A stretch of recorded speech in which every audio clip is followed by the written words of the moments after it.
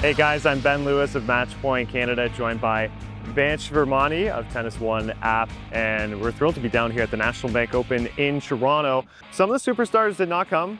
Carlos Alcaraz, Jannik Sinner did not come, but we have plenty of stars here. Zverev, Fritz, bunch of great Americans like Ben Shelton, Alex de Minaur, which leads me into how big a tournament this is ahead of the US Open. I just want your thoughts on maybe a couple names you think are trending up before Flushing Meadows, which is always obviously coming up soon. Yeah, obviously, I mean, you mentioned the Americans. One American that really caught my eye is Alex Mickelson. You know, he's sitting at about 33 in the world right now.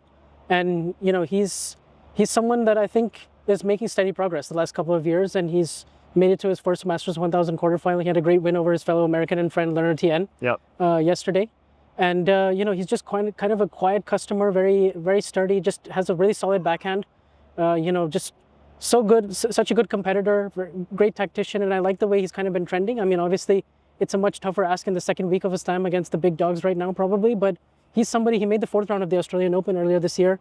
He likes the challenge of playing the big names, and I think he seems to back himself and like his chances, and he could make a deep run here as well. You know, he's taking on Karen Khachanov tomorrow in the quarters, and that should be an interesting one. So no, that's a great shout, Mickelson. I'll drop another name who I'm always impressed by him, but he made his first Masters 1000 final 2 years ago here. And Alex de Minaur, for me, just continues to surge. I wonder when that Grand Slam big time breakthrough is coming, whether we see kind of a semi-final or final. I feel like his body just kind of has to keep it together, and he's going to have a shot. Yeah, that's a great shout. I mean, you know, like you said, he made the final here 2 years ago. He was coming off of the title in DC.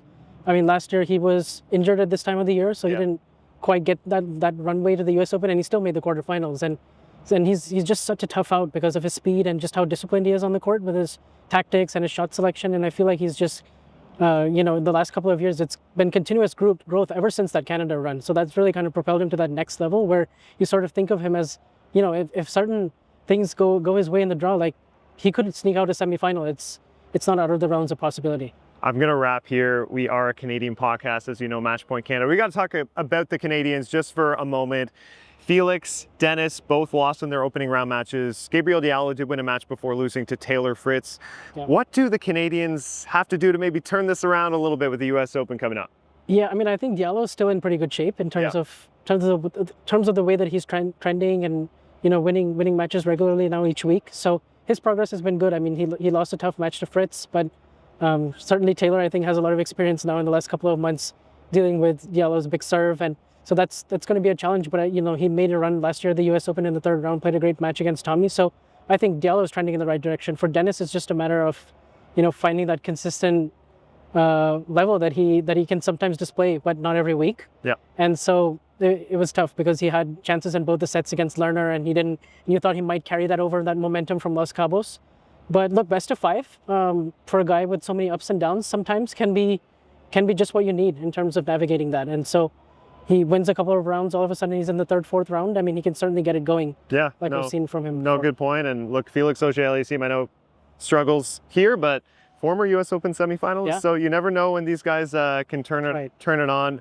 Vansh, thanks so much for joining me here, guys. If you haven't already, keep checking out the MBO. This is a sweet tournament, 12-day format.